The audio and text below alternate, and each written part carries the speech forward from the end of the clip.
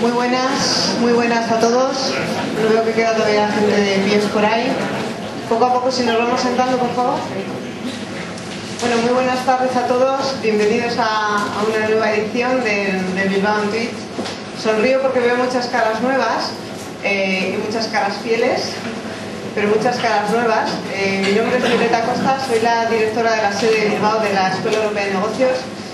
Y os voy a confesar una cosa. En esta edición coincidía con el Día de los Enamorados y cuando me hablaron de hablar de impuestos y hablar de morcillas, pues la verdad es que me ha costado mucho aceptar esta edición.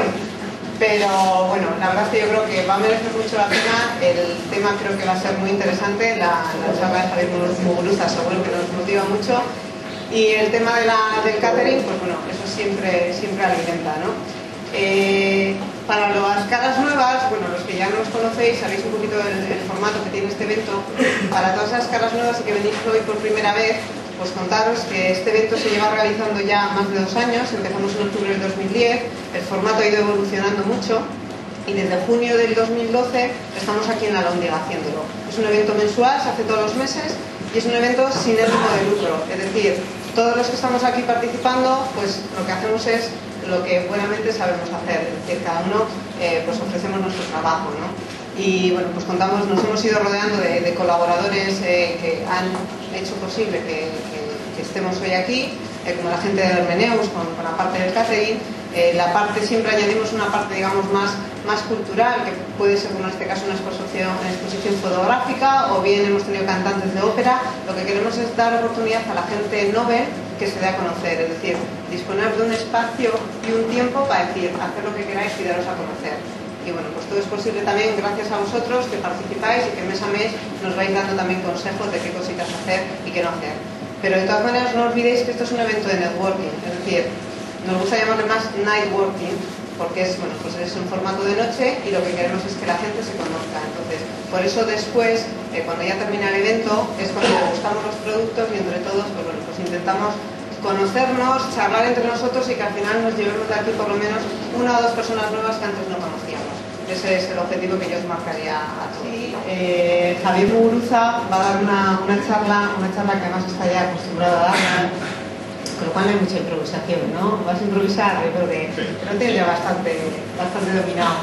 Javier es abogado y ha trabajado bastantes años con nuestros amigos de Hacienda, con lo cual yo creo que va a poder darnos una visión muy interesante y yo creo que es curiosa, ¿no? Porque es un poco en tono de humor, ¿no? Lo que va a hablar de la visión de ese pago de impuestos que tenemos que hacer sí o sí, ¿no? Bueno, algunos no. Así que Javier, cuando quieras. Gracias.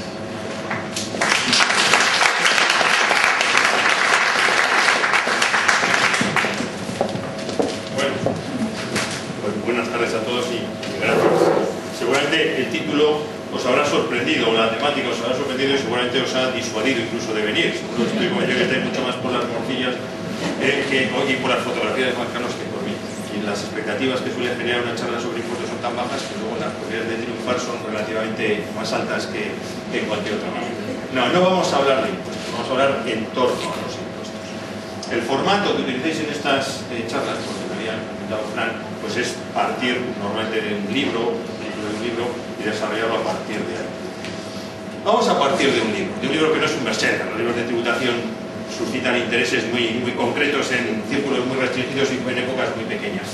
Pero hay un libro muy curioso, a mí me llamó mucho la atención el libro del que os voy a hablar y en el que me voy a basar un poco con la presentación, pues al poco tiempo de empezar yo a trabajar como funcionario de la Hacienda Pública, es como me inicié yo en el mundo de los impuestos.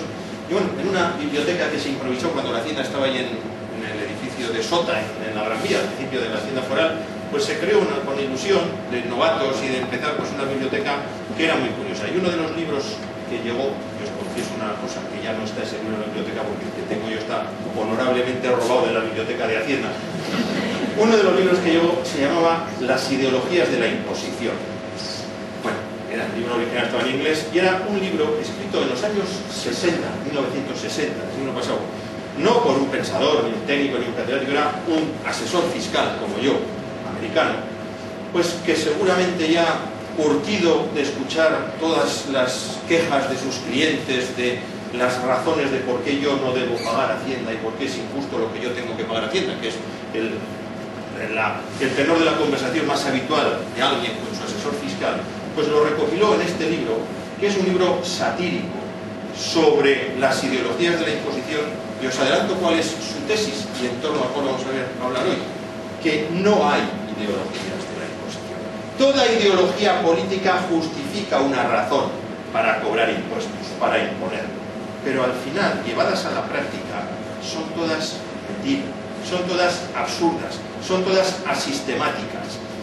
Desde la izquierda, desde la derecha, se puede justificar algo, o desde la ideología personal de cada uno, que la función tributaria es la de redistribuir la riqueza, quitar a los que más tienen para dar a los que menos tienen, atender a las necesidades del bien común, valores abstractos que todos suscribiríamos. La Constitución española tiene un artículo, el artículo 31, todos contribuirán al mantenimiento de los gastos públicos en un sistema tributario justo, progresivo, que no sea confiscatorio, y eso lo suscribiríamos todo.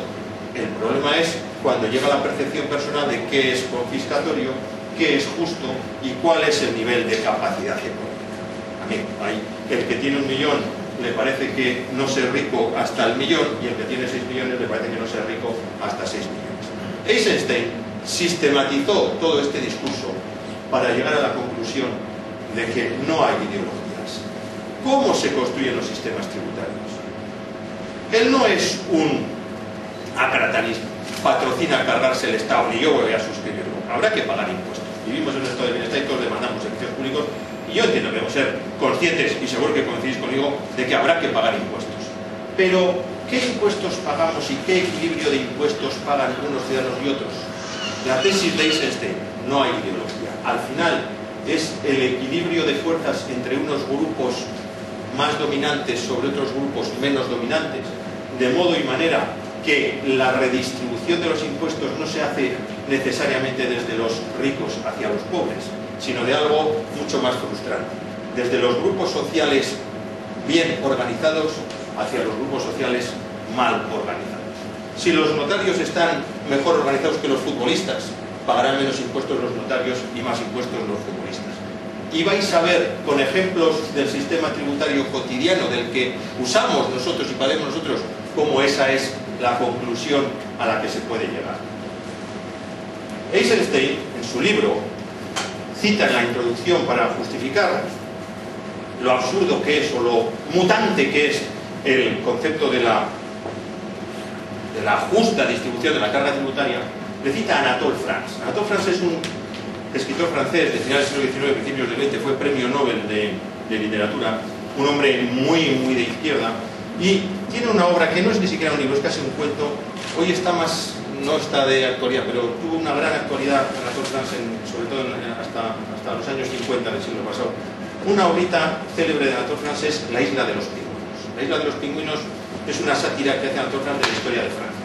La tesis de La isla de los pingüinos es un viejo monje anciano y casi ciego, lo mandan a cristianizar a las islas del norte de Europa y desembarca en una isla que está poblada por pingüinos. El monje anciano y semiciego bautiza a los pingüinos creyendo que son personas. Y el buen Dios, para no desairar al buen monje de pues cómo arreglamos el entuerto, y humaniza a los pingüinos, los convierte en personas y los hace franceses. Y a partir de ese momento, esa isla es Pingunicia, y es una sátira de toda la historia de Francia, donde no se libra ni Santa Juana de Arco ni la Revolución Francesa. Bueno, pues en Pingunicia hace falta un sistema tributario, y Anatole France describe este discurso de justificación del sistema tributario de Pingunicia, que os lo voy a leer porque os va a sonar muy familiar. El viejo Maer: los ancianos se reunieron para establecer un impuesto justo con el que sufragar los gastos públicos y proveer al sostenimiento de la abadía. El venerable padre Maer propuso que todo el mundo contribuyese según sus posibilidades. Por tanto, el que tenga 100 vacas dará 10 y el que tenga 10 dará 1. Entonces Morio, uno de los pingüinos ricos, se levantó para tomar la palabra y dijo lo siguiente: venerable padre Maer, considero justo que cada uno de nosotros deba contribuir a los gastos públicos y al sostenimiento de la Iglesia. Por mi parte estoy dispuesto a entregar todo lo que tengo por el bien de mis hermanos. Si fuera necesario hasta daría mi camisa y me consideraría un honor el hacerlo. Todos estuvieron de acuerdo. Ahora, es preciso, por tanto, atender al interés público y hacer lo que éste exija. Y a la luz de estas fervorosas generalidades, Morio pasó a considerar la naturaleza del interés público. Ahora bien, padre, lo que éste requiere, bien público, Lo que exige no es pedir mucho a los que mucho tienen, pues así los ricos serán menos ricos y los pobres seguirán siendo pobres. Los pobres viven del dinero de los ricos y por eso este negocio es sagrado. No respetarlo sería un mal gratuito. No se obtiene mucho provecho grabando a los ricos, pues son pocos. Al contrario, se despoja al país de sus recursos hundiéndolo en la miseria. En cambio, si se pide un poco a cada habitante, sin mirar si es pobre o rico, se reunirá lo suficiente para cubrir las necesidades públicas y no será preciso indagar los recursos que posee cada ciudadano, lo que es algo a todas luces pues molesto y vejatorio. Al final Morio terminó diciendo: las apariencias de lujo engañan. Lo único cierto es que todos comen y beben, por lo tanto, grabemos la comida y la bebida y no el patrimonio de las personas. 1908, Anatole France Pinguniza. Este discurso es calcado al que nos estamos tragando desde el verano con la amnistía fiscal. El discurso de la amnistía fiscal, ¿cuál ha sido? Hay gente que tiene dinero en Suiza. Está mal tener dinero en Suiza, pero al fin y al cabo, si les permitimos que traigan ese dinero que tienen en Suiza y lo ponen al servicio del bien común y de la financiación del resto de los españoles, pues los españoles pobres se beneficiarán de los españoles ricos que tenían dinero en Suiza y lo tendrán. Y esto es lo que ha legitimado la amnistía fiscal. Pero tampoco la reconduzco a lo que estamos oyendo estos días de Wortel y de la amnistía fiscal. Es mucho más amplio. La amnistía fiscal española es una copia calcada de la que hubo en Italia antes y antes en Holanda. No creéis que somos patrimonio. Igual no han tenido las derivas que ha habido aquí, pero la amnistía fiscal española no ha sido original, ha sido una copia. Y este discurso de Anatole France en 1908, todos comen y todos beben, es mucho más práctico grabar la comida y la bebida que no indagar el patrimonio de las personas, que es algo soez y extravagante. Es lo que este verano nos ha justificado la subida del IVA en lugar de la subida del IRPF. ¿Qué es lo que nos han hecho? Subir el IVA, poner el 21% del IVA, todos comemos y todos bebemos, y no grabar la escala del IRPF en tipos marginales más altos o la escala del impuesto sobre sociedades. El discurso es absolutamente actual a pesar de que tiene más de 100 años. Eisenstein, después de citarle a Anatole France, se fija en la historia de la legislación tributaria americana de los años que ha vivido, en los años 60. Y en la moda, en el modo de hacer las leyes de Estados Unidos, que es distinta a los nuestros. Sabéis que en Estados Unidos existe eso que se llaman los lobbies, que al fin y al cabo son los grupos de presión organizados y encauzados. Aquí tenemos lobbies, pero como no están encauzados, se nos derivan hacia corrupción. Quizás sea mejor encauzarlos. Pues Eisenstein toma una serie de ejemplos de la legislación americana de los años 60 y el primero de ellos es muy revelador. Es la ley que se conoció en los años 60 en Estados Unidos como ley Meyer, del señor Golden Meyer, de las películas y el león. ¿Y qué le pasaba al señor Meyer? Entonces, no os voy a leer porque se hace más largo, con mucha sátira y una literatura muy graciosa lo explica Eisenstein, pero a Meyer lo que le había pasado es que había fundado una empresa cinematográfica, había producido muchas películas, había ganado mucho dinero y se quería jubilar. Llevaba 20 años en la empresa, se quería jubilar y tenía un contrato con una empresa que decía, hacía 12 años, se iba a jubilar después de 20, cuando llevaba 8, firmó un contrato con la empresa que decía, bueno, el día que yo me jubile, tendré derecho a participar en los beneficios de los 5 años siguientes de la empresa, pues una especie de plan de jubilación. Cuando le tocó jubilarse a Meyer, ocurrió que el impuesto sobre la renta de Estados Unidos establecía un tipo impositivo casi del 90 y tantos % para alguien que cobraba una prejubilación en esas condiciones. Meyer consideró que eso era injusto. La equidad tributaria es que hay que tratar por igual a los que son iguales, pero no se puede tratar igual a los que son distintos. Y Meyer consideró que su caso era lo suficientemente distinto y particular como para que se derogara la ley general. Y entonces se aprobó una ley en Estados Unidos que no se llamaba ley Meyer, ni le citaba al señor Meyer, pero decía, todo aquel que hubiera trabajado en una empresa cinematográfica y no valía de otro sector, y hubiera trabajado más de 20 años y hiciera 12 años que había pactado una salida con los beneficios de 5 años y no valían los de 6 años, entonces tendrá un tratamiento fiscal singular. Como dice Luis Eisenstein, en lenguaje menos elegante, el gravamen sobre la compensación del señor Meyer se redujo del 91 al 25%. Y de ahí sigue contando casos. Habla de otro tal Leo Sanders, que vivía con un primo suyo. En el IRPF americano de la época parece que como el de aquí, los hijos daban derecho a una deducción, pero lógicamente los primos no daban derecho. Pero Sanders debía tener buenos amigos en el Congreso de Estados Unidos y se aprobó una ley que decía que un primo podía dar derecho a deducción. ¿Pero cuándo? Cuando durante una temporada hubiera convivido con el primo que pagaba impuestos y después, por una minusvalía, hubiera sido ingresado en un sanatorio. No valía cualquier primo, solo alguien que hubiera convivido y luego fuera minusválido. ¿Por qué no valía un tío, un sobrino? No, pues porque Sanders tenía buenos amigos y la ley establecía el beneficio en beneficio de Sanders. Y así sucesivamente va cantando ejemplos de la literatura o de la legislación fiscal americana de los años 60, que nos pueden hacer gracia y parecernos antiguos, los años 60. Yo justo había nacido. En el entorno nuestro os va a sonar familiar una cosa que os voy a decir ahora si ya no la habéis identificado. ¿Os suena la ley Beckham? La ley Beckham está en vigor en España todavía. Hoy un poco atemperada, pero es una ley del año 2006. En el año 2006 se legisló en las Cortes españolas que cuando llegara a España a trabajar un trabajador que no hubiera residido antes nunca en España, por lo menos en los últimos 10 años, y fuera a estar menos de 5 años, esa contribución a la economía española que hacía este no residente se primaba con que en lugar de pagar el IRPF al tipo marginal del 45%, pagaba el tipo de no residentes del 24%. Traducido, David Beckham venía a jugar al Madrid, había pactado con el Madrid un salario neto después de impuestos, y el Madrid de la época, bien relacionado con el de ahora, consiguió una ley que no decía que Beckham no pagara, pero dibujaba un retrato robot donde era difícil que entraran otros que no fueran futbolistas. La ley Beckham está todavía en vigor.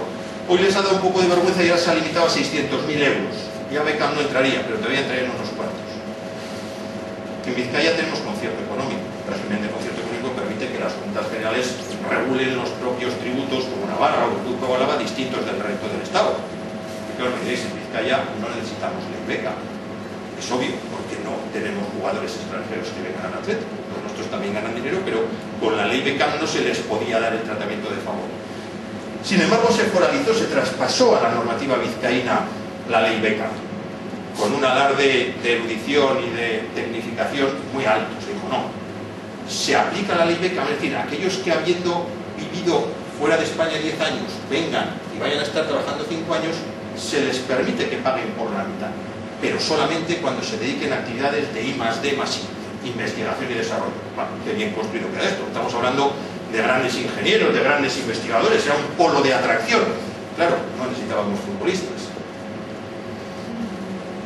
Yo no sé si es cierto, no puedo dar fe, pero en los círculos profesionales del oficio de Vizcaya se comenta que alguna consultoría ha hecho un dictamen para determinar que una actividad relacionada del Atleti no trae jugadores extranjeros a jugar, pero sí trae entrenadores.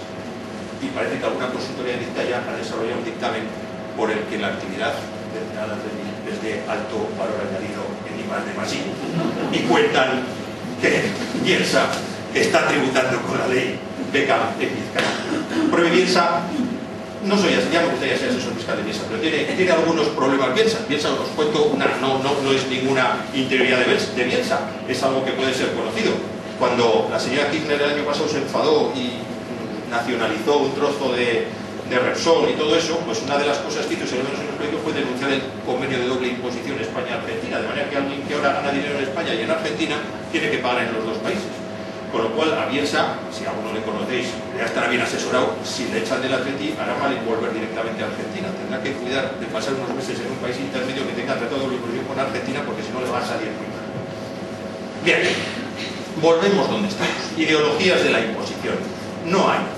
La tesis de Eisenstein, acuñada, la frase bien acuñada, es de Carlos Rodríguez Brown, que es alguien que suele salir mucho en la radio, es un comentario que es catedrático de sociología. Ese es el que lo acuñó en ese término mucho más gráfico de los grupos bien organizados consiguen escapar a la presión fiscal y la deslizan, le dan el colazo a los grupos mal organizados. Vamos a ver un poco el esquema del sistema tributario que tenemos ahora, los impuestos que pagamos nosotros ahora. El sistema de impuestos que tenemos actualmente en vigor viene de la reforma tributaria que llamamos de Fernández Ordóñez, los que habéis vivido de la transición. Se muere Franco en 1975. Franco, como todo dictador, cobraba pocos impuestos. Las dictaduras machacan en otros, pero no en el tema tributario. Son listos los dictadores, saben que apretar muchos impuestos te puede producir la revuelta que no te produce el restricción de las libertades. También es verdad que como maneja muy bien los resortes del Estado, el franquismo se financiaba muchísimo más que por vía de impuestos, por vía de monopolios, reservando a la tabacalera, la gasolina, etcétera, no hacía falta tantos impuestos. Total, que muere Franco, viene la transición y cuando gana Suárez las elecciones, abre la caja fuerte y encuentra telarañas. Hay que hacer una reforma fiscal porque no hay dinero en las cajas del Estado. Y entonces se construye un poco el esquema tributario que tenemos hoy en vigor, que tampoco es original, que se copió de otros países de Europa, fundamentalmente porque la aspiración era entrar en la Unión Europea. Se hizo una ley que se llamó entonces de la reforma tributaria, las bases de la nueva reforma tributaria, que marcó algunos hitos, algunos ahora de gran actualidad. Por ejemplo, en España hasta el año 1977 no había existido nunca la figura del delito fiscal, la idea de que no por no pagar a Hacienda no teniendo dinero, sino por ocultarle a Hacienda unos beneficios, alguien pudiera terminar yendo a la cárcel. No es la prisión por deudas de las novelas de Dickens, el niño pobre que no puede pagar las deudas y le meten en la cárcel. No, el delito fiscal es ocultarle al fisco. En España nunca había habido delito fiscal y se acuñó por primera vez en el año 77. Si os acordáis, con una torpeza enorme en la implantación, un delito que nunca había existido y que se quiso vender como un éxito, se quiso vender por el peor camino, el de ejemplificar. No se acusó a un Juan Pérez de delito fiscal. ¿Os acordáis cuál fue el primer delito fiscal que se hizo en España? El de Lola Flores. Lola Flores no se había saludado con Hacienda. No, es verdad, le condenaron 4 delitos fiscales porque no había hecho declaración de la renta, ni ella ni el marido. Pero luego es un personaje entrañable, que mantenía una prole de gente que no trabajaba mucho, pero eran todos muy simpáticos y artistas. ¿Y qué pasó? Pues que se volvió el modelo punitivo de la pena de muerte, que glorifica al reo más que castigarlo. La gente se puso del lado de Lola Flores, aquella frase de si todos me dais un duro, hago Hacienda, y le salían las cuentas. Y le condenaron a 4 años que no cumplió porque es difícil cumplir cárcel por delito fiscal, pues las penas de cárcel de los delitos fiscales son reducidas cuando normalmente son delincuentes de delito fiscal, quienes no son delincuentes habituales, no tienen antecedentes y no se ingresan en prisión. Lola Flores no ingresó. Pero los primeros delitos fueron muy torpes. El de Lola Flores, después, si os acordáis, le hicieron a Pedro Ruiz, el humorista, que además plantó un cara a Hacienda desde un programa que tenía en la televisión y desafiaba a la televisión. Y Pedro Ruiz, en honor a la verdad, tuvo una sentencia de exoneración. Y el tercer delito fiscal famoso fue de Norma Duval. Fijaros, hoy también hay, en la de Mecano anda por ahí con un delito fiscal, y Luis Mateos, pero a Norma Duval también, y a Bertín Osborne también le condenamos por delito fiscal. La introducción del delito fiscal fue compleja, y ese buscar personajes famosos, más que facilitar, dificultó. Bueno, se metió el delito fiscal como un hito en la reforma fiscal del año 77, de lo que empezamos a tener, con todas esas dificultades. Y después se dividió pues, en el modelo típico de unos impuestos directos y unos impuestos indirectos, unos que graban la renta cuando entra dinero y otros que graban el consumo cuando sale dinero. Hubo un anuncio en televisión hace muchos años, no os acordáis porque no os fijaríais, pero fue un anuncio que duró poco en televisión y vais a entender por qué duró poco en televisión. Era de los planes de pensión del BBV, entonces no sería ni BBVA, sería del BBV. Y lo que venía a enseñar el anuncio era, bueno, pues quien ganando dinero suscribe un plan de pensión, pues consigue evitar pagar una parte de sus impuestos. Pero el icono para ese anuncio fue el siguiente. Había una madre dando de comer a un niño pequeño, sentado en una silla alta que comen los niños pequeños, y la madre con una cucharada iba metiendo en un tazón de puré y le iba dando cucharadas al niño, pues como se da con paciencia de comer a un niño pequeño. Y de repente, por una esquina de la imagen, aparecía un señor vestido de negro con un maletín que ponía Hacienda, y según llegaba donde la madre, le agarraba la mano a la madre y desviaba y se comía una cucharada del puré del niño. La Asociación de Inspectores de Hacienda del Estado, el grupo de presión, protestó, y aquí duró muy poco, me Hacienda como que quita la comida a los niños, una cosa de presentar. Pero era muy gráfico de lo que es la capacidad económica que justifica los tributos. Hacienda aparece realmente cuando hay sopa en el plato. Cuando hay sopa en el plato, Hacienda pasa de largo, pero cuando hay sopa del plato porque están sirviendo la sopa o porque estás consumiendo la sopa, o te están pagando el sueldo y entonces tienes dinero en impuestos directos, o estás comprando algo y estás sacando dinero del bolsillo, impuestos indirectos al consumo, entonces es cuando aparece Hacienda. Y se montó sobre ese esquema pues el sistema tributario de unos impuestos directos que graban la renta y unos indirectos que graban el consumo. La renta, pues a las personas físicas hay que cobrarles impuestos y a las personas jurídicas hay que cobrarles impuestos. Por lo tanto, los impuestos sobre la renta a las personas físicas, todos estaréis familiarizados con él, y el impuesto sobre sociedades. Y ya empieza Eisenstein a funcionar. Impuestos sobre la renta a las personas físicas. Hombre, es justo que paguemos todos según lo que ganamos. Pues sí, coincidiremos todos, el que gana más, que pague más. Por lo tanto, quien tiene un sueldo más alto pague más que quien tiene un sueldo más bajo. Ya, pero luego hay gente que no tiene sueldo, que lo que tiene es un patrimonio que da una rentabilidad. Entonces, lo lógico sería que quien gana 100 de un sueldo o quien gana 100 de unos dividendos o unos intereses pague lo mismo. Pero claro, el que paga un sueldo es un grupo social mal organizado. No te puedes ir a otro sitio a ganar el mismo sueldo, suele ser difícil, idiomas, familia. En cambio el dinero tiene alas, te lo colocas en otro sitio y puedes seguir ganando lo mismo. Con lo cual ya no pagan lo mismo el IRPF, el trabajo, que el capital. Bueno, y eso todavía puede tener una justificación, pero el cinismo del IRPF hasta antes de ayer, de verdad, luego lo diremos cuál era. Quien se levanta a las 7 de la mañana y vuelve a las 10 de la noche a casa y lleva un sueldo de 2.000 euros al mes tiene que pagar IRPF. Quien pega un pelotazo con una quiniela o con un décimo de lotería sin el menor esfuerzo, hasta antes de ayer estaba exenta la lotería. ¿Por qué? ¿Por qué si hay que pagar según la capacidad económica, el que se descorna trabajando tiene que pagar impuestos y el que gana un premio en la lotería no? ¿Cuál es la explicación? ¿Quién vende la lotería? Si la lotería se graba, ahora lo han puesto a prueba, ya les ha dado vergüenza, luego voy a explicar además con qué picardía, pero hasta ahora la lotería estaba exenta porque era mejor estar exenta porque el Estado ganaba más vendiendo lotería. El discurso de la equidad sirve, pero empieza a hacer aguas. En las sociedades, si alguien es de Guipúzcoa se ofenderá ahora conmigo, una sociedad que gana dinero debe pagar impuestos a sociedades, todos estamos de acuerdo. ¿Por qué una sociedad que tiene la estructura de cooperativa debe pagar la mitad de una sociedad que tiene estructura de sociedad anónima o sociedad limitada? ¿Acaso la cooperativa es un ente de beneficio? No, parte de los beneficios igual, solo que los trabajadores son copropietarios y pagan la mitad. En Guipúzcoa está gobernando un partido ideológicamente de izquierda. Se ha atrevido mucho con la fiscalidad, ha subido el impuesto sobre el patrimonio, ha subido el IRPF, no se ha atrevido a tocar una coma de las cooperativas, porque son un sector bien organizado en Guipúzcoa. Otro impuesto directo, el impuesto sobre las herencias y las donaciones. Y aquí hay ideas para todo, para justificar todo. Cuando se implantó en el año, yo empecé a trabajar en la Hacienda en el año 80 y tanto, 80 y poco, 81, 82, entonces era en plena transición, pues el discurso con el impuesto sobre sucesiones era, hombre, no se puede permitir que alguien que hereda de sus padres ricos tenga un desincentivo para formarse, para trabajar. Las herencias baratas y gratuitas no generan más que generaciones de vagos que lo tienen todo hecho y no tienen por qué trabajar, y es legítimo cobrar impuestos sobre sucesiones. Claro, en el año 81, impuestos sobre sucesiones se estaba pensando en quién, en la duquesa de Alba. Que por cierto luego tampoco va a pagar impuestos sobre sucesiones porque con buenos asesores ha donado en vida, con lo cual va a conseguir eludirlo. Pero entonces heredaban los ricos. Ya sé que lo de los ricos es relativo, pero en una convención que admitiríamos todos. Sin embargo, la evolución del impuesto sobre sucesiones ha cambiado la percepción completamente. Desde el año 80 hasta ahora, España es un país distinto en estructura económica. Ha emergido una clase media que a base de mucho esfuerzo y de muchas horas extras, etcétera, ha acumulado un pequeño patrimonio con la ilusión de que sus hijos lo pasen mejor que lo que pasó él, o con la ilusión de cuando se case el hijo donarle para que pueda comprar un piso. Entonces, la legitimación social del impuesto sobre sucesiones y donaciones ha cambiado completamente.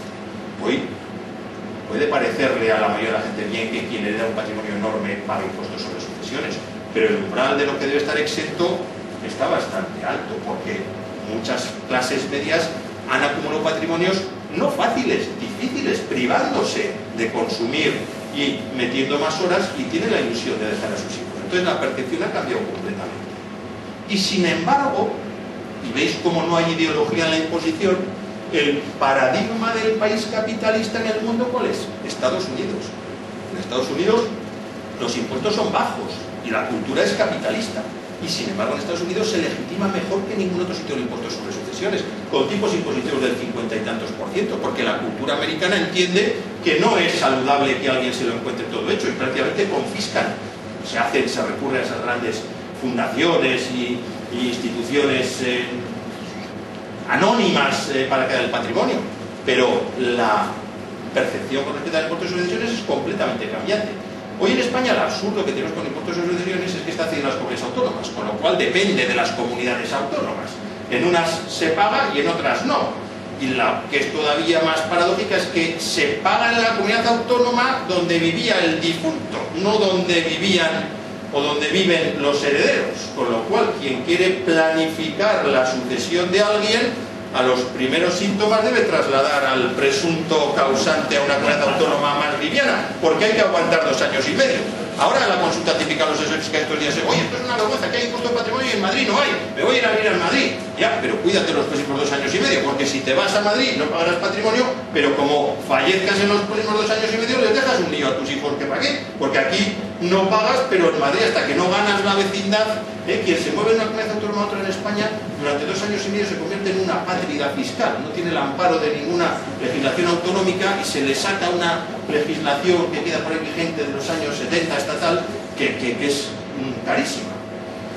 Bueno, quien dice eso lo dice para las herencias, vale también para las donaciones. Y el otro impuesto directo que nos queda es el impuesto sobre el patrimonio. ¿Qué os voy a decir? El impuesto sobre el patrimonio se quitó, se volvió a poner por un gobierno del PSOE, lo cual es un poco contradictorio.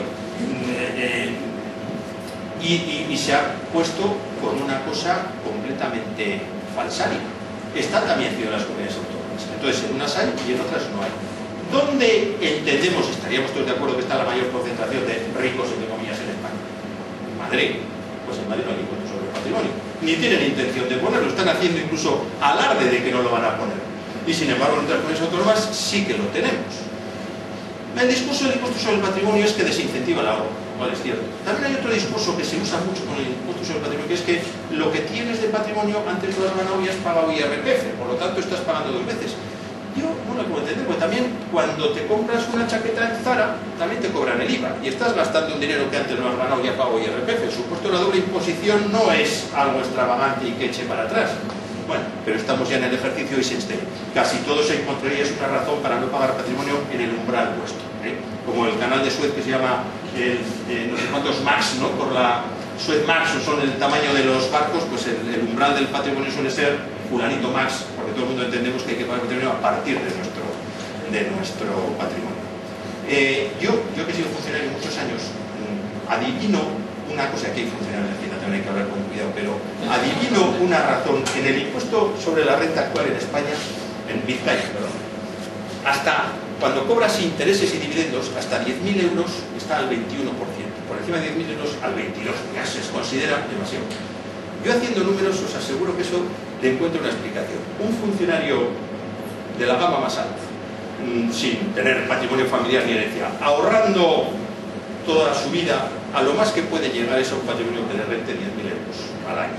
Por lo tanto, quien ha diseñado esa norma lo ha hecho con la mentalidad de funcionario. Hasta donde yo, y es un grupo bien organizado, hasta donde yo tengo de dividendos el tipo bajo y de ahí para arriba está lícitos. Y frente a los impuestos directos tenemos los indirectos, los que pagamos cuando compramos cosas.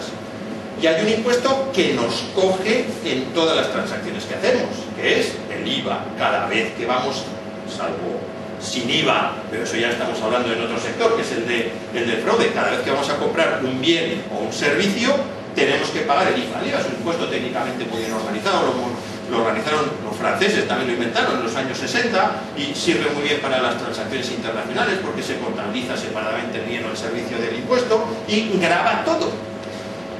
Entonces, si todo lo que compramos paga IVA, pues debería de haber un único impuesto indirecto, el IVA. Pero sabéis bien que no es eso. Porque el modelo de tributación del IVA responde a una ideología. No, responde una vez más a un equilibrio de fuerzas. Y si solo hubiera IVA, para que el Estado recaudara lo que necesita, tendríamos que tener un IVA del 30 y tantos o del 40 y tantos %. Claro, ya saldrán sectores de venta de peleterías o de juguetes a decir que eso no puede ser. Y el equilibrio de impuestos indirectos hoy pues es una juerga. Todo paga IVA, pero además de IVA nos encontramos otro montón de impuestos que pagamos por determinados productos. ¿Y qué legitimación o qué explicación tienen esos impuestos? Ninguna. Vais a ver lo absurdo de las justificaciones. Hidrocarburos. Cuando compramos gasolina pagamos IVA. Sí, por supuesto. Pero además de IVA pagamos mucho más con la gasolina. ¿Y por qué sí con la gasolina y no con las chaquetas de Zara? Pues porque la gasolina es rígida de consumo, se necesita para muchos servicios, hay que vender mucho. Y entonces, para legitimar el impuesto sobre los hidrocarburos, más o menos el discurso después de la implantación del IVA fue el siguiente. ¿Qué era un ecologista en España? En España se introduce el IVA en el año 85. ¿Qué era un ecologista en el año 85 en España? un antisistema, un tío melenudo, que se encadenaba, que le molestaba el sistema, no hacía más que paralizar actividades, algo absolutamente modesto y que se combatía. Me imagino la escena cuando los legisladores fiscales en España ven que entra España a la Unión Europea y ya hay que acabar con los impuestos antiguaya que había y hay que poner el IVA, y echan números y dicen, como la gasolina le ponemos solo el IVA, con esto no vamos a ninguna parte, hace falta algo más. Entonces, oye, ¿y quiénes eran estos melenudos que si no sé qué hablaban de la capa de ozono, unos tíos que se están encadenando ahí siempre y tal? Entrales para aquí, a ver, ¿qué dicen usted? ¿Qué dice usted la capa de ozono? No, gasolina, CO2, capa de ozono. El sistema, el ingenio tributario, y ahí el sistema se adapta a todo. ¿Qué razón tienen estos señores? No lo habíamos visto hasta ahora, es verdad. La gasolina es algo que emite CO2, que quema la capa de ozono, que produce cánceres en las personas, que produce... Estos señores tienen toda la razón del mundo. ¿Qué hay que hacer? Poner un impuesto especial sobre los hidrocarburos porque es una actividad antisocial consumir gasolina. Y entonces ya hemos construido la legitimación. Al IVA le añadimos el impuesto sobre los hidrocarburos.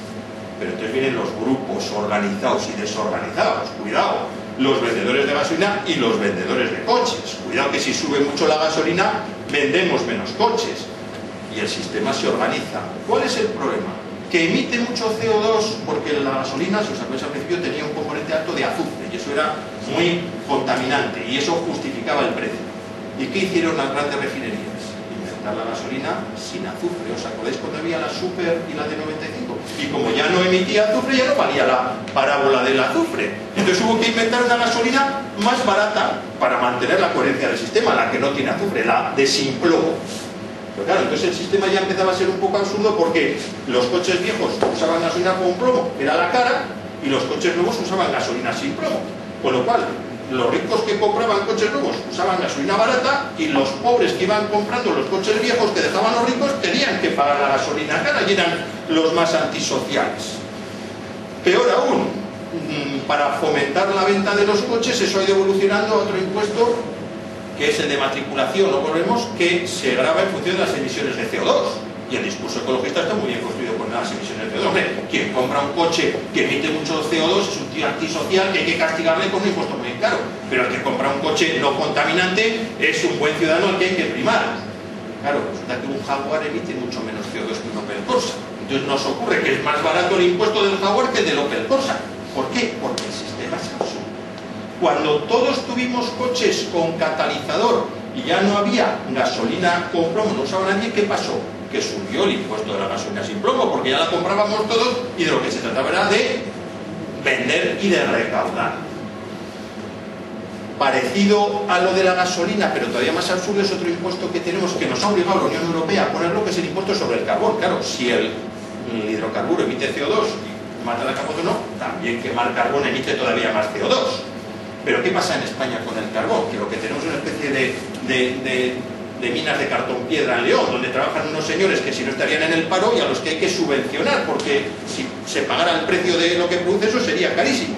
Y entonces viene Europa y dice, no, para ser coherentes, si a la gasolina que emite CO2 se le cobra un impuesto, hay que cobrarle otro impuesto al carbón, a las emisiones de carbón. Y a España se escapió, pero el año pasado le obligaron a poner el impuesto. Y en España tenemos un impuesto sobre el carbón, que es lo más absurdo. Grabar el impuesto no quiere hacer, tienes que subvencionar.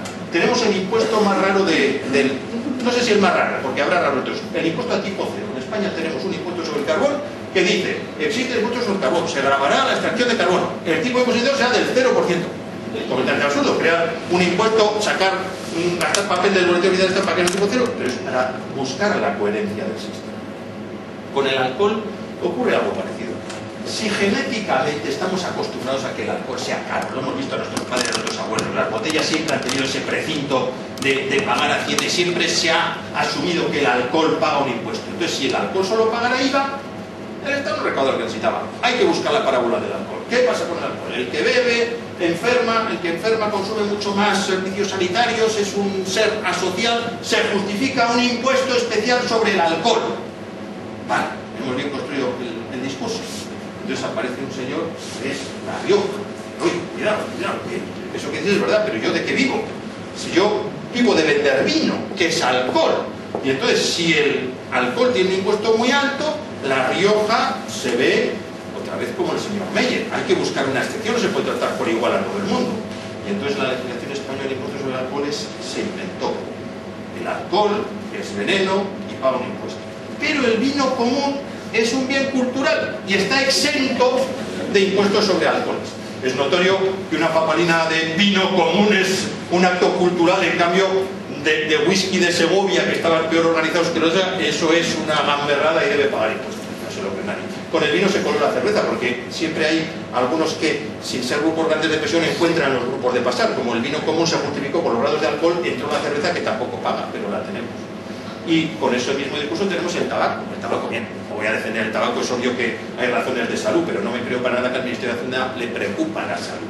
El alcohol, el tabaco se ha ido subiendo porque era una buena fuente de sacar dinero. Es verdad que multiplica el riesgo sanitario y al grito del que se cultive un cáncer de pulmón, que se lo pague de antemano con el impuesto sobre el tabaco, pues ha legitimado todo. Pero se ha llegado, y el ingenio tributario funciona también por el ciudadano, ¿os acordáis que se les coló el tabaco de pipa, solo el de los cigarrillos? Y entonces empezó a poner de moda liarse cigarrillos porque era mucho más barato. El genio tributario se acomoda a todo. El tabaco es perverso. La fiscalía sobre el tabaco se ha subido tanto y se ha hecho tanta propaganda, principalmente buena, que hemos dejado de fumar. Al dejar de fumar hemos dejado de pagar impuestos sobre el tabaco, pero encima no hemos mejorado la salud, con lo que vivimos mucho más y consumimos más seguridad social, porque no es descartable que acabe habiendo un tabaco subvencionado para repartir en las residencias a los viejos tísicos para ver si aligeran la carga de la seguridad social, pero no es descabellado con el discurso que tenemos. Como eso no era suficiente con el IVA y esos impuestos especiales, hubo que seguir, y hay todavía que seguir echando la imaginación y creando más impuestos especiales que lleven más dinero. Y así tú subes el IRPF o subes el impuesto sobre patrimonio, que crean problemas, la gente lo ve en el telediario, se agarra un cabreo y te la guarda a las próximas elecciones y igual no te vota. Entonces el legislador necesita más tributos, hay que crear tributos, pero tributos que lo veas en el telediario, te enfades y para el postre ya se te haya olvidado, no te gane mucho porque no nosotros mucho, ¿no? Hay quien llama los impuestos directos impuestos cabreantes y los impuestos indirectos los impuestos anestesiantes. Te suben el precio, pero de momento no voy a pagar y lo pago a poquitos. Entonces, en la cadena esa de impuestos anestesiantes con los que nos engañan, ha ido naciendo toda una regua de impuestos y seguirán naciendo que son los que están aliviando el Estado en los últimos años. Por ejemplo, y que responden al siguiente patrón. Hay que buscar productos que consumamos todos, que estemos tan acostumbrados a consumirlos que aunque suban un poco de precio sigamos consumiéndolos. Toma nota para la morcilla a ver si nos vale. Sigamos consumiéndolos aunque suban un poco más y muchos consumamos ese producto pagando una cantidad muy pequeña de impuesto cada uno. No nos cabreemos y no dejemos de votar. Y además lo recauden unos pocos de manera que sea muy fácil de controlar. Y han encontrado el filón, le han hecho emergencia y han encontrado cosas por ahí. Fijaros, en los últimos años, si hacéis memoria, hemos asistido al nacimiento del impuesto sobre el consumo de electricidad. Ahora cuando pagamos el recibo de la luz de casa, tenemos una partida que es el consumo de electricidad. En una familia media, el recibo de la electricidad será €1, €1,50. ¿Vais a vivir en la penumbra porque suba €1 el recibo de la luz? No. ¿Le vais a dejar de votar a un partido porque os suba el recibo de la luz €1? No. Cabreo para el porte, se os ha pasado. ¿Quiénes consumimos luz? Todos. ¿Quiénes venden luz? Unos pocos. €1, como Lola Flores, €1 cada uno en el recibo de la luz da una gran recaudación y Endesa, Iberdrola, 4 vendedores con 4 inspectores lo tengo controlado, nadie deja de consumir y da una recaudación fetén. Y de ahí tiraron del hilito, por ejemplo, nos salió el impuesto sobre las primas de seguros. Todos tenemos seguros. Generalmente tenemos seguros no solo voluntariamente, sino porque no nos queda más remedio. Si tenemos un coche es obligatorio tener seguro. Si tenemos un piso hipotecado, el banco nos obliga a tenerlo hipotecado. ¿Vas a vender el coche porque el seguro suba €1,50, la póliza de seguros? No. ¿Le vas a dejar de votar a Rajoy o a Rubalcaba porque te suba? Por esa razón seguramente no. ¿Quién vende seguros? Agentes de seguros hay muchos, pero compañías de seguros muy, muy pocas. Otro impuesto que está dando buenas rentas al Estado. Yo ahí suelo, en las clases de la universidad suelo poner que un concurso entre los alumnos es de inventar impuestos nuevos, y si damos con uno bueno, vendérselo a la Diputación. Y yo tengo uno que lo reivindico, os lo cuento, pero lo reivindico. Si convocan el concurso, la idea será mía. Pero responde más o menos al patrón. ¿Sabéis cuál sería? El impuesto sobre las maquinillas de afeitar. ¿Quiénes usamos maquinillas de afeitar? Los hombres, prácticamente todos, para afeitar. Las mujeres, para depilarse. ¿Vais a dejaros barba porque la maquinaria de afeitar suba un céntimo? ¿O te vas a dejar las piernas sin depilar porque suba un céntimo? Obviamente no. ¿Quién vende maquinaria de afeitar? No hay muchas empresas, hay unas pocas marcas. Consumimos todos, venden unos pocos, subiéndole una pequeña unidad monetaria seguiríamos comprando todos y daría una buena recaudación. Y si hay que buscarle una excusa, la medioambiental me la invento enseguida. Había un producto difícil de tratar porque si se tira a vertedero los niños se pueden cortar y herir, entonces hay que controlarlo. Luego es plástico y acero que siempre es recuperable, sería bueno tener un control, enseguida lo montas. Por ese camino pueden venir muchos. Ir pensando porque convocarán un concurso de ideas. Más impuestos absurdos que nosotros. Matriculación de vehículos. Es otro impuesto indirecto que tenemos. ¿Por qué tenemos un impuesto sobre matriculación de vehículos? Claro, cuando España entró en la Unión Europea, no, oye, todo tiene que gravar el IVA.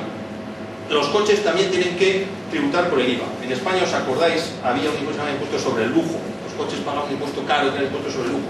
Claro, cuando se pasó del lujo al IVA, la recaudación bajó. Y España, oye, hay que poner un impuesto más alto. Y la Unión Europea decía, no se puede cobrar más que el IVA por los coches. La gasolina, con el medio ambiente, etcétera, así. Y entonces en España, ¿qué se inventaron? El impuesto, nos inventamos y lo pagamos, de matriculación de vehículos. Tú te vas a comprar un coche y te cobran a rajatabla, según lo que dice la Unión Europea, el IVA. Compras el coche, pagas el IVA. Hola, por cierto, ¿usted quiere matrícula en el coche? No voy a tener el coche sin matrícula, salvo en el aeropuerto, no hay coche sin matrícula, necesito matrícula, además será, me voy a una multa, claro, que van a poner multa si no tiene usted matrícula. Entonces, claro, si tiene el capricho de matrícula del coche hay que poner el impuesto de matriculación, pero esto no es impuesto, el impuesto sobre matriculación. Ahí nos lo han vendido. El céntimo sanitario, ¿suena de la televisión? El céntimo sanitario se llama así, pero realmente es un impuesto de comunidades autónomas que se llama el impuesto sobre ventas minoristas de hidrocarburos. Y responde a lo siguiente: ¿la gasolina paga el IVA? Sí. ¿Paga el impuesto especial sobre los hidrocarburos? Sí. Para financiar la sanidad, cuando se tienen las comunidades autónomas, bueno, os dejo que grabéis la gasolina. La gasolina ya no van a dejar grabarla, ya tiene el IVA, ya tiene el impuesto especial, tú le echaron imaginación. Si tú eres un tío caprichoso que quieres comprar gasolina donde se te ocurre, vas por la carretera y no tengo gasolina, pues echa aquí una gasolina, que es un caprichoso, en cualquier sitio que echar gasolina, te cobran un impuesto por comprar gasolina al menudeo, en la venta minorista. Si fueras a Repsol, a Petronor, a Muskin, a llenar el depósito, tomarías una cisterna, la llevarías a tu casa, que estará prohibido, entonces no tendrías que pagar impuesto a ventas minoristas de hidrocarburos. Es todo mentira. No destruyo el Estado, tendremos que pagarlos, pero que sepamos cómo nos vacilan, ¿no? ¿Qué más impuestos hay para buscarles legitimaciones raras en los impuestos indirectos? La tasa sobre el juego. El juego, la legislación del juego en España es un ejercicio complicadísimo de cinismo. Yo hoy he estado haciendo la prueba en el despacho y os la emplazo para hacerla. Igual le pongo en un compromiso hasta Ignacio Imán, que sabe un montón de derecho civil. ¿Dónde creéis que en España, en qué ley en España puede haber un artículo que diga, perdonad el desorden, lo tenía, pero que diga, lo cito de memoria, algo así, mira, no. ¿En qué ley creéis que en España puede haber un artículo que diga: no se consideran prohibidos los juegos que contribuyan al ejercicio del cuerpo, como son los que tienen por objeto adiestrarse en el manejo de las armas, las carreras a pie o a caballo, las de carros, el juego de pelota y otros de análoga naturaleza? ¿Sabéis lo que es esto? El artículo 1800 del Código Civil español. El mismo Código Civil que regula el matrimonio y la herencia dice esto.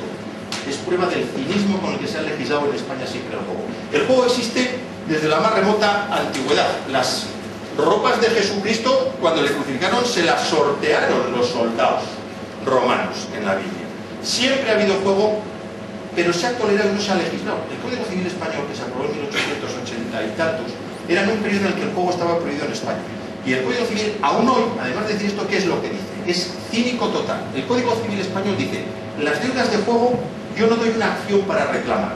Si en una partida de juego alguien me deja un cañón, el Código Civil no me da una acción para ir a los tribunales a reclamar esa deuda.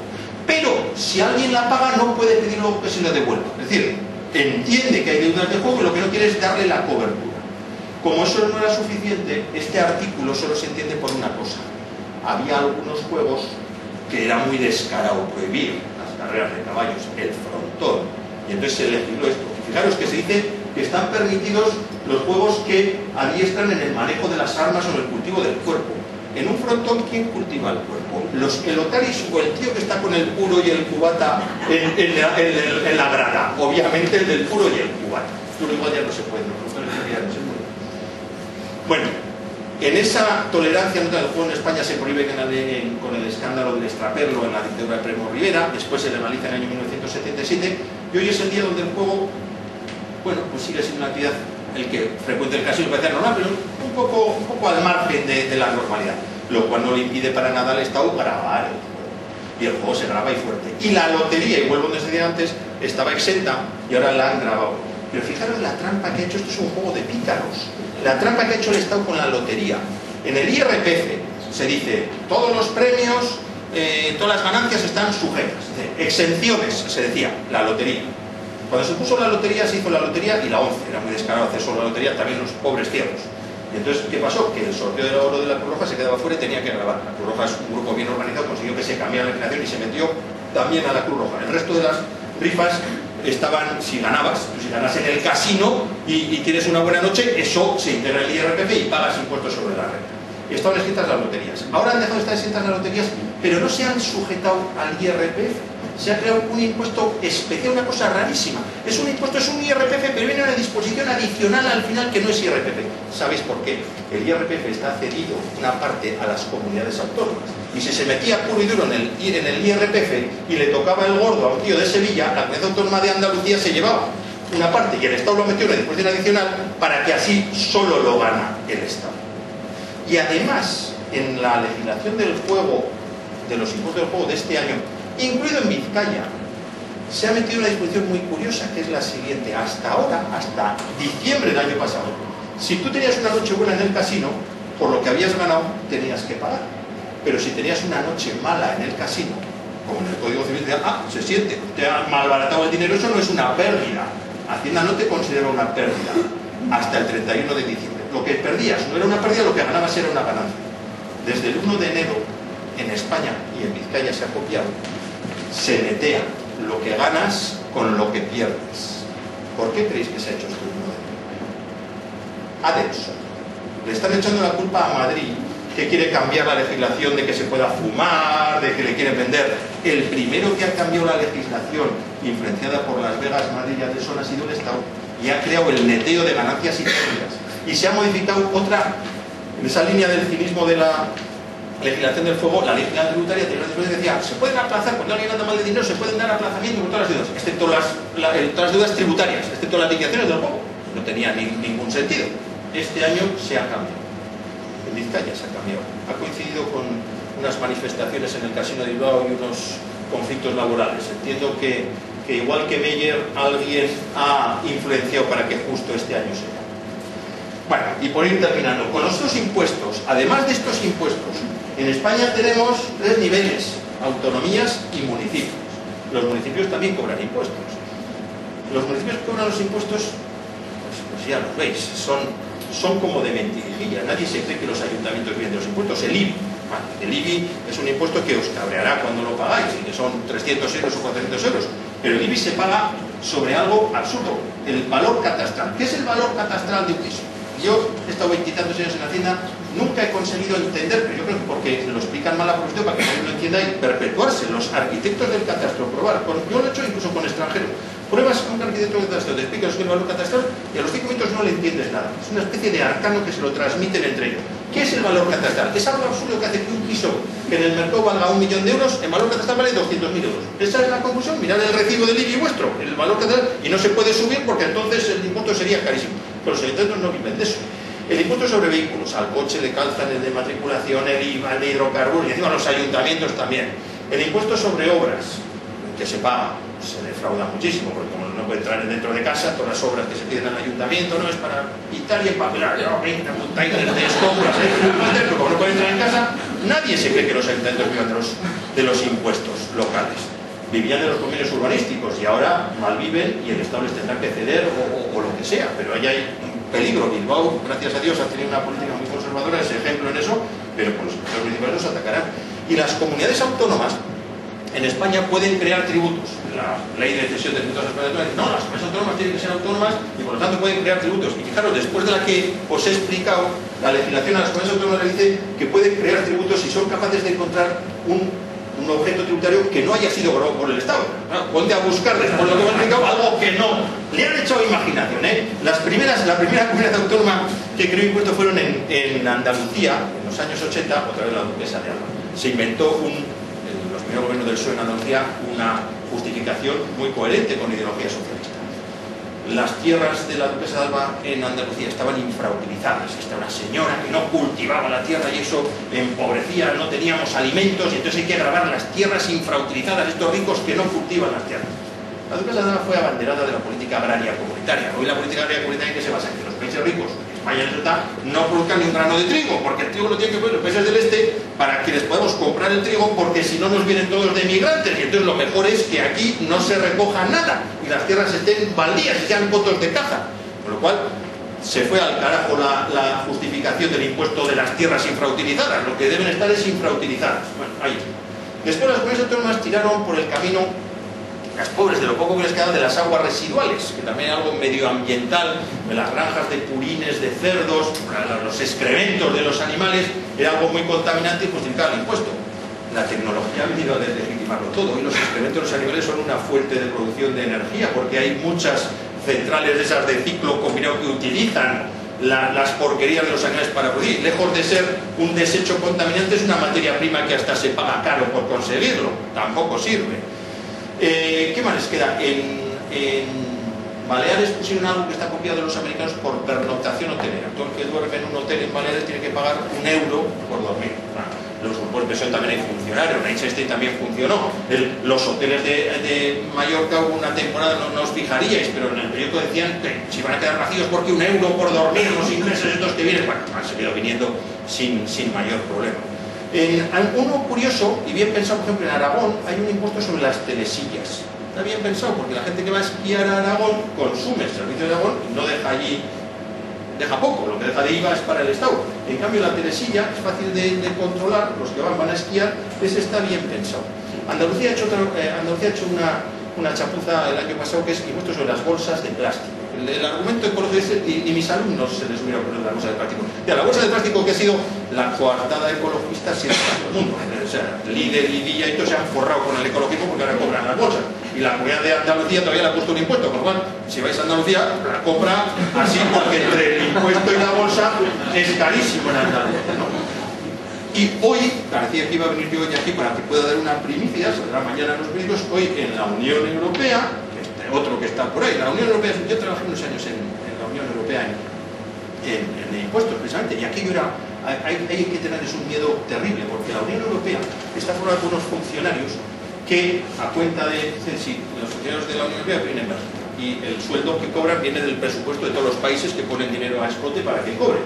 Claro, la discusión de siempre es si España y Alemania ponen dinero para pagar a los funcionarios europeos y estos cobran un sueldo y viven en Bélgica y tributan en Bélgica, al final el dinero de España y Alemania va a las arcas de Bélgica y para arreglar eso no tienen impuestos. Un funcionario de la Unión Europea tiene además una ley particularmente desafortunada en el título, se llama el Protocolo de Privilegios e Inmunidades de los Funcionarios de la Unión Europea, no paga impuestos. Entonces, los que hablan de impuestos, cuando mañana le oigáis al griego que ahora es el comisario de Fiscalidad, los impuestos que se definen en Bruselas los hacen unos señores que no pagan impuestos y los hacen unos señores que no cobran impuestos. Es decir, no han visto nunca la cara de un ciudadano cabreado en un mostrador de Hacienda porque allí el dinero viene mandado por los países. El cabreo está en la ventanilla de Hacienda de Francia o de España. Allí el dinero viene, estos ni recaudan ni gastan y se ponen a pensar, ¿no? La diferencia entre un funcionario de una administración nacional y un europeo. El funcionario de una administración nacional cuando llega tiene pilas de papel para resolver.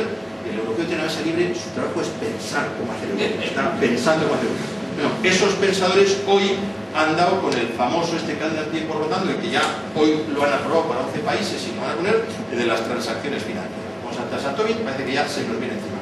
Toda compra-venta de acciones va a tener una carga del 0,1%.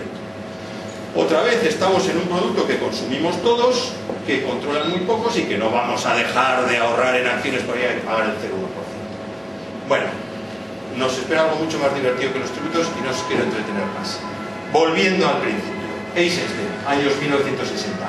¿Por qué hay que pagar impuestos? Razones filosóficas, religiosas, cívicas, cada uno las que queréis, y no destruyo el Estado. Yo consumo servicios públicos y creo en el Estado, pero nos toman el pelo. Al final, los impuestos se pagan, según Eisenstein, según el codazo que eres capaz de dar, con lo cual nos vendrán impuestos nuevos, estar prevenidos y procurar alinearos siempre dentro de sectores bien organizados para eludir la presión fiscal y deslizarla hacia otros. Muchas gracias.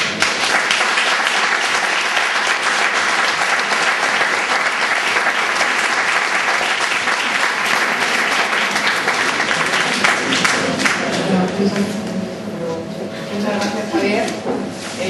¿Queréis hacer alguna pregunta? Yo creo que da para mucho, la verdad. Hay muchas conclusiones que sacar. Yo la primera con la que me quedo es que seguimos siendo pobres, pero que por lo menos algunos de los impuestos que pagamos a partir de ahora creo que nos ha dado ese toque de humor para reírnos de lo tontos que son esos impuestos, ¿no? Pero bueno, no nos queda otra, ¿no?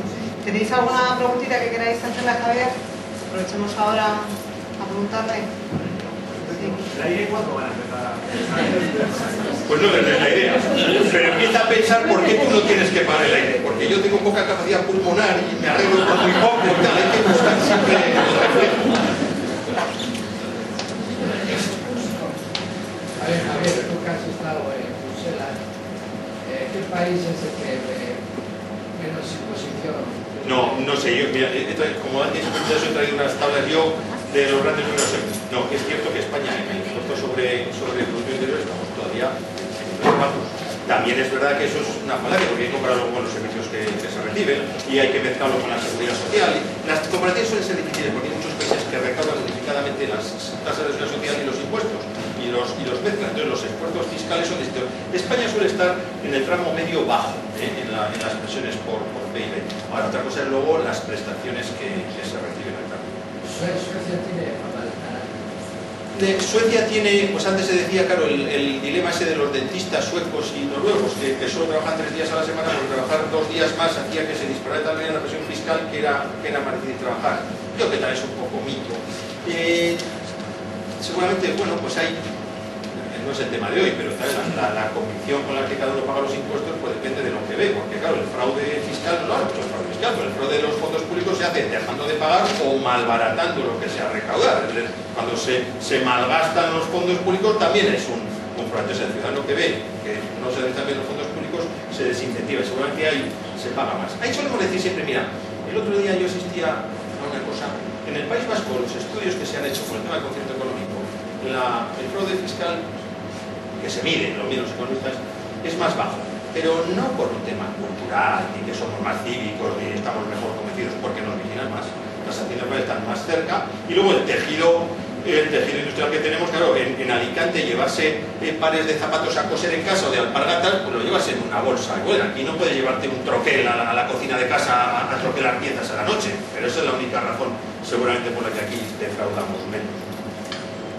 Y luego está el tema de otro tema, aquí habla mucho, ¿no?, sobre la centralización y descentralización. Aquí creemos que en España, con todas las autonomías, los impuestos están descentralizados. Es un mito, no es que un Estado descentralizado tenga las haciendas descentralizadas y viceversa. Países unificados como Dinamarca, que no tiene ni regiones, ni provincias, ni nada, el IRPF se recauda a nivel de los ayuntamientos de las ciudades. Entonces, la descentralización no tiene nada fiscal, no tiene necesariamente que ver con la política, es un poco el modelo que busca cada uno. Lo de Bruselas era, lo que yo desmitifico un poco, es decir, yo era elucubrar. Yo recuerdo, solo conté una anécdota, en una reunión, os aseguro que de lo más seria, de altos dignatarios europeos, la función pública europea tan miserable como la nacional. Uno de los grandes problemas de la función de cada edificio de la función pública es la distribución de los garajes, desde los parques. También pasa aquí en la administración nacional. ¿Quién tiene derecho a parking y quién no? El jefe de sección, el jefe de servicio. Y una señora, delante de una reunión que estaba yo, propone una cosa, que el funcionario que tuviera un coche fabricado en Europa tuviera preferencia sobre el que tenía un coche japonés para distribuir el garaje. O sea, esos son los tíos que están diseñando la política europea. Más miedo que a un ciclón. También hacíamos cosas buenas allí. Mira, yo por ejemplo, una cosa bonita que hacíamos era enseñar yo iba mucho a Túnez y a Marruecos a enseñar a los funcionarios entonces allí de las haciendas municipales a recaudar tributos, porque los ayuntamientos allí tenían una recaudación de impagados eran altísimos. Y una cosa que aprendí yo allí, volviendo a las ideologías de la imposición, que lo primero que les enseñábamos con cultura europea, y al que no paga se le embarga. Con la mentalidad de ellos, el embargo era privación del derecho de la propiedad, era algo terriblemente duro. Y buscando, echando la imaginación, un compañero se le ocurrió un día sugerir que al que no paga se le cortara el agua y la luz. Oye, eso les pareció fenomenal. Nuestra concepción, claro, privarle algo de agua y luz es mucho más grave que embargarle el saldo de la cuenta corriente. Pues allí, y se consiguió en Sus, que era una ciudad turística de Túnez, se aumentó la eficacia de la relación territorial a base de cortar el agua y la luz. No, las razones por las que hay que pagar impuestos pues tienen que ver con la religión y con la filosofía de cada uno. ¿Alguna preguntita más tenéis? Sí. Pues toda esa evolución fiscal que está teniendo ahora, que tiene proyectos de modificaciones del IRPF, de cosas como muy importantes y que van a regular mucho más cosas que estaban antes, pues más libres. Entonces, los asesores fiscales cada vez nos vais quedando con menos espacio para hacer, o todavía, pues ya vemos que los que consiguen librarse legalmente, pues son siempre gente que está muy asesorada. Pues ya ves que desde 1966 se ganaba la vida con eso y ahora también los asesores. Hombre, a mí, yo soy corporativo, me cabrea mucho cuando veo y en la expansión de antes de ayer tenía una entrevista con un catedrático conocido aquí en los círculos locales que decía el exabrupto de que la culpa es de los asesores fiscales. No, bueno, hay un margen. Entre la economía de opción y el fraude, pues ahí hay toda una zona de grises donde hay distintas formas de planificar y de hacer las cosas. Decía el difunto don José María Maco, el primer director general de Vizcaya, que había sido asesor fiscal antes, tenía una frase que decía que los impuestos al fin y al cabo no han matado a nadie, y mucho mínimo de ellos. Y yo creo que eso va a seguir siendo cierto. Aunque sea la madre naturaleza, nos ayuda, y el impuesto sobre sucesiones y las herencias siempre es algo que no vamos a dejar de tener. Pero también ha cambiado mucho la evolución. Antes al asesor fiscal se le pagaba por prestar un servicio que era hacerte las declaraciones, y eso ahora ya el cliente no lo asume. La declaración te la hacen gratis en Hacienda o en el banco, y el asesor fiscal tiene que darle mucho más valor añadido a las cosas, tiene que ser alguien que perfeccione los diseños, no se puede cobrar.